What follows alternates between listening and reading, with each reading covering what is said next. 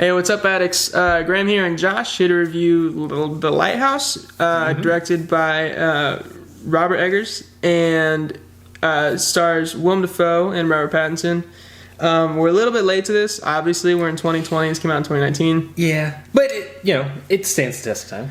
Yeah, it does. And honestly, from what I remember, it had a kind of a limited release in our area at least, and we just didn't have time to go see it, sadly. But we finally saw it, and we had to talk about it. Of course, I mean, everyone's talked about it to death, but it deserves attention for sure. So Josh, you want to kind of tell them what it's about? Sure. This film, it's pretty basic because we just have, for most of the film, two characters to follow. It's set in I think it's after the Civil War, so maybe that mid to late 1800s.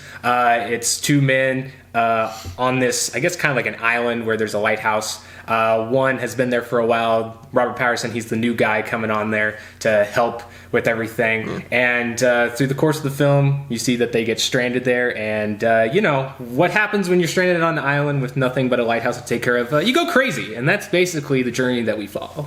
Yeah, it definitely isn't a good time. I mean, it's a good watch, but it's not a good time. You know what I mean? It's just it's a really terrible situation, and you pretty much just watch the two characters go crazy, which is always interesting. I mean, who doesn't love watching someone go insane? Because thank God it's not you, right? Hey, there's a lot of movies that are just a simple premise like that are beautiful. For instance, like The Shining.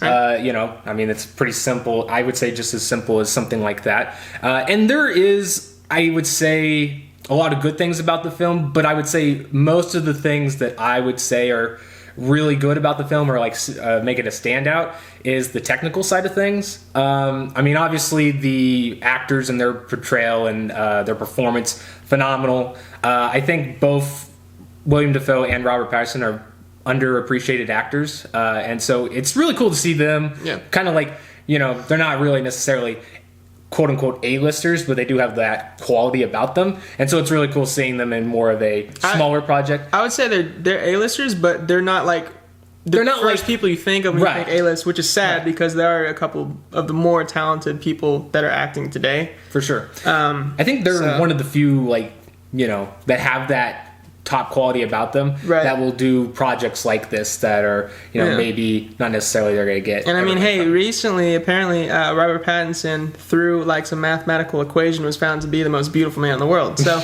I don't know how that happened. What are you going to say to that? You know what I mean?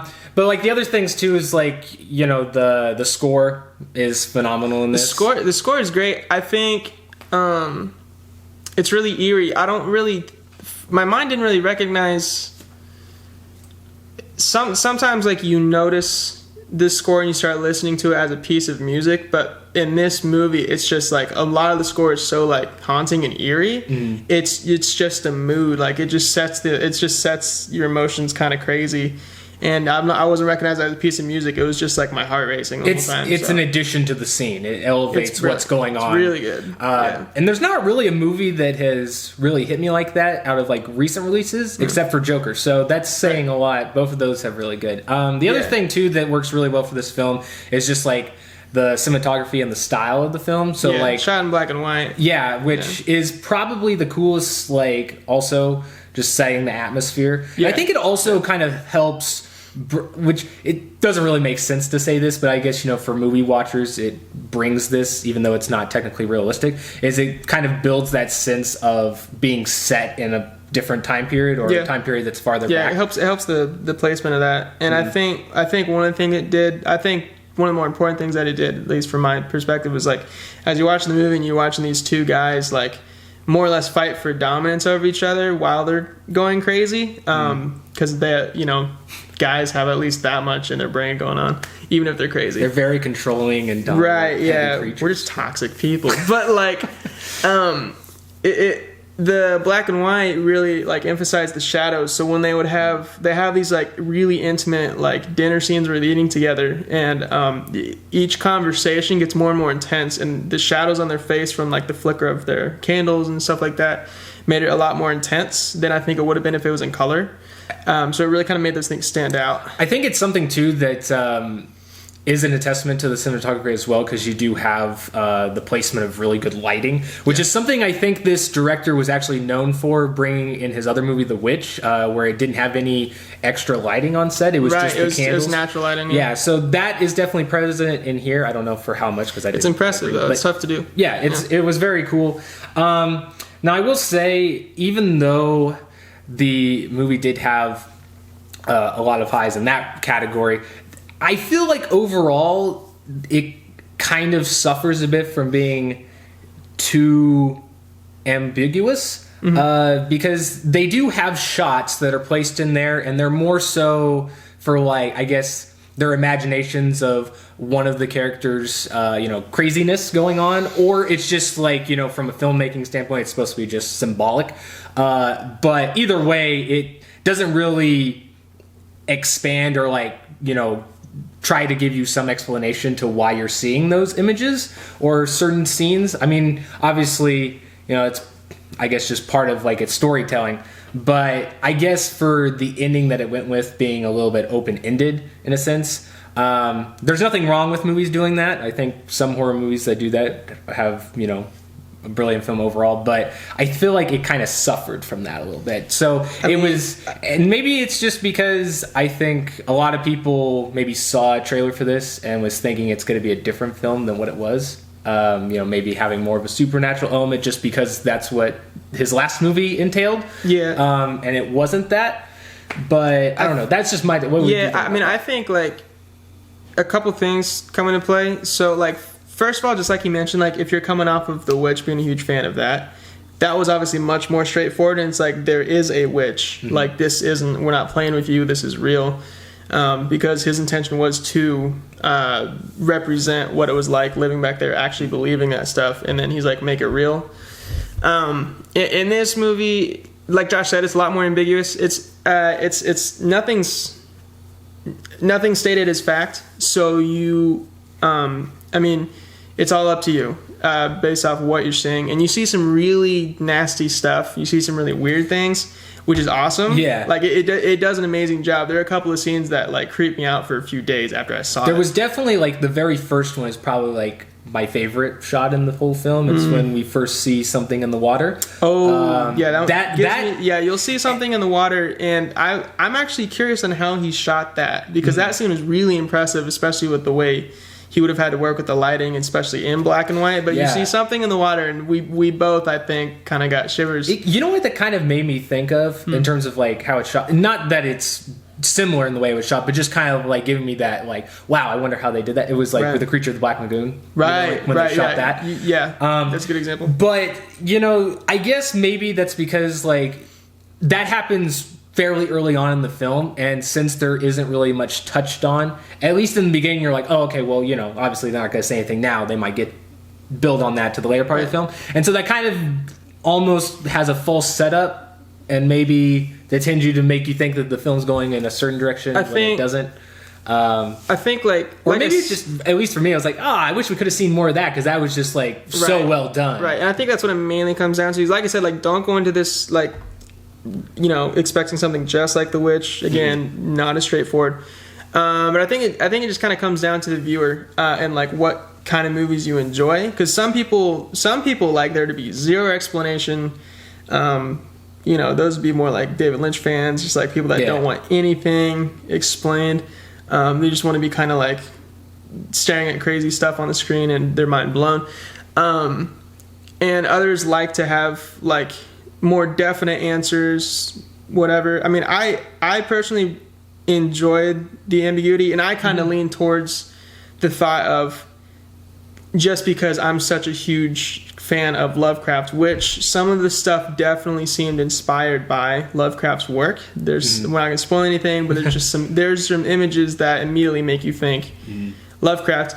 And so for me, I really enjoyed those images. The ending was pretty ambiguous. Like, what happens to the characters for sure, because you see it, but it's just what led to those possibly. and what that could be possibly alluding to. And there's some good explanation videos on YouTube you can find. We're not going to dive into that. There's just too many theories, and Frankly, we didn't do the research. So, yeah, we just came up with our own opinions of it. But I'm not going to spoil anything. But, yeah, it's overall ambiguous. But I enjoyed that aspect. I liked the guessing. And I kind of made up my own mind about whether what you see is real or not. But overall, we really enjoyed the movie. Not going to compare it directly to The Witch. No. Yeah, because it's at the end of the day, even though they are done by the same director and they definitely are in the same, I would say, genre of movie, they are very different movies. Yeah. Again, we're not going to go into that because it really depends on like how you see this movie, because it really can be a multitude of different movies. And, maybe I feel like if anything, this movie is definitely one that I would recommend buying, just because I think the rewatch value on this is really good, because there is different ways that you can interpret the movie. You could really watch this the first time and think, oh, this is how I see the movie, and then like the next time you watch it, you'll be like, well, actually I kind of see it this way, or I might like this one So for that, I would say it's definitely worth the buy. Watch it with your family, your kids. Sit down. This is really need like an innocent child's perspective on it and see what they think. This is a great film to teach you the birds and the bees. No, just kidding. There's something in there about that. We're not going to spoil that either. There is several scenes though that I think will stand out to where this won't be a forgettable film at all. We mentioned that before we record this video, there's a scene with a seagull that totally catches you off guard. Yep. That is great. Yep. I love too, because that's like maybe the most violent scene, one of the most violent scenes in the movie. It is. And then there is shocking. also a scene where William Dafoe's character has an amazing monologue. Yeah. And that, like, not only is his performance just maybe the creepiest thing out of the movie for me, but also just, like, the way it's shot is really harking back to, like, some older horror black and white films, at least to me, that I've seen. No, definitely. He alludes to some of those older films. Yeah. So, there's definitely some scenes in there that you're going to be appreciative that you watched. Yes. Yeah. With that being said, what's your rating for this film, Graham? Man, it's kind of tough because we went back and forth on this a little bit, but we do agree it's definitely getting an 8. Yeah, I gotta have it for sure. For sure, gotta have it. Mm-hmm. I mean, technically, it's just phenomenal. It's fantastic. Yes. It's Robert Eggers. If you've seen The Witch, you know what he's capable of. He brought it again and he nailed it. Dialogue very heavy for him too. Yeah, the dialogue was amazing. Just like in The Witch, we did that Old English. Here he does this kind of like East Coast accent, old East Coast accent with like a bit of the immigrants mixed in there from like England, Ireland. Like it's very strange, well educated, very strange accent. But technical aspects. The only reason it doesn't get like a 9, which actually we gave The Witch a 9, is again, I think it kind of comes down to, like we discussed, maybe some of the ambiguity and like just it's very it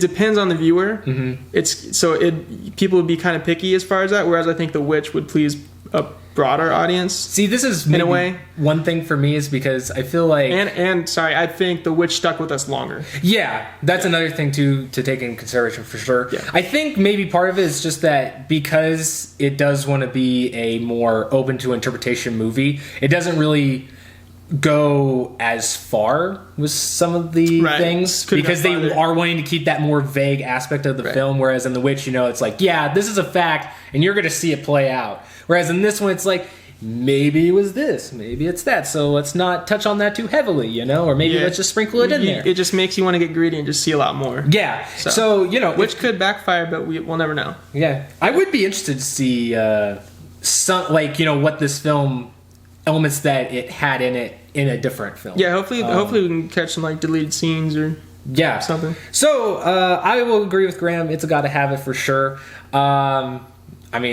You should go see the film if you haven't, or buy it. It's actually pretty cheap right now, so I would recommend doing that. Yeah, and we'll be back for another film that has been highly anticipated. Yeah. Or, I guess acclaimed, and it actually just won something. So I'm not gonna say right now because we'll just let it be a surprise. You could probably guess it. You probably could. Yeah. But we'll be back for that. There's more movie reviews out right now, so you can go check in our back catalog. But as always, we'll see you for the next time, at least. If you want. Yeah. Peace, guys.